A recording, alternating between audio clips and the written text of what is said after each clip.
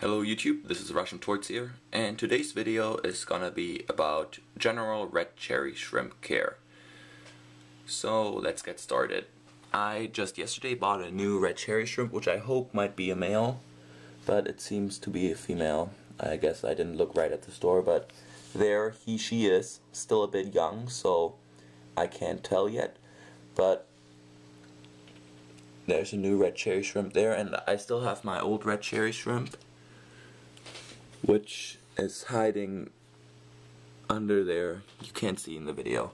The plants have all grown and come in very nicely. It's a lot thicker than it was before, but let's get to the video. So red cherry shrimp are tropical shrimp species, so they prefer a temperature of around 78 degrees to 80 degrees. Oh yeah, one second, there's my my old shrimp coming in from the side on the left here. Right there, and if you can tell in comparison, it's a lot bigger than the new shrimp. Okay, anyways, back on topic. Red cherry shrimp like a warm temperature of around 78 degrees to 80 degrees.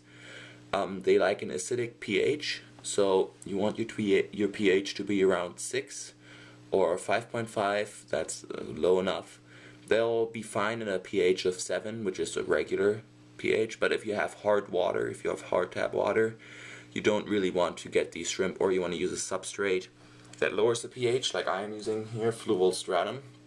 Or you can put some peat moss in your filter, which will also lower the pH. I'm not doing that as I don't feel the need to do that. Otherwise, their care is really simple. All you gotta do is provide them with adequate space. This is a 2-gallon.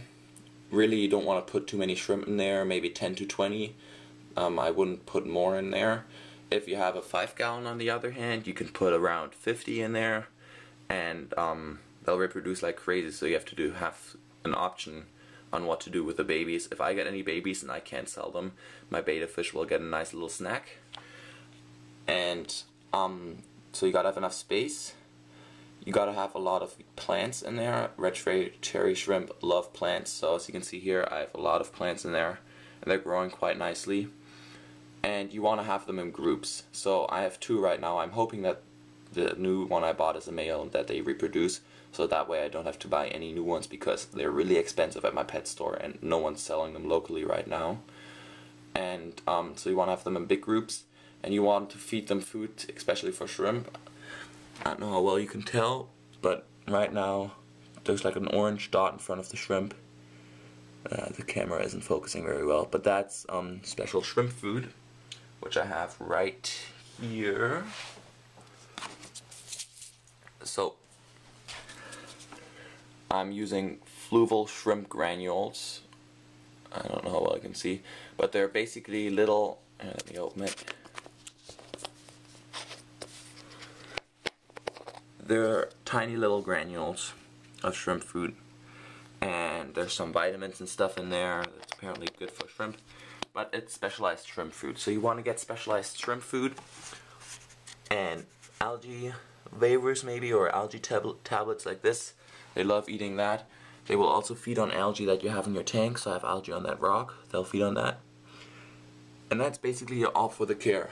Now when you do water changes, you want to be careful that you don't siphon them out, because they're easy to miss, and then if they get stuck in your siphon and you have like a gravel blocking thing in there, they might get crushed in there. So really you want to be careful. If you see that any one of them get into the siphon, pinch the line and let them, and push them back out, breathe into the tube on the other end or something like that. And otherwise their care is really simple. I've found these guys amazing to look at as well. So let's go over the things you need to know. pH, a low pH is between 5.5 and 7.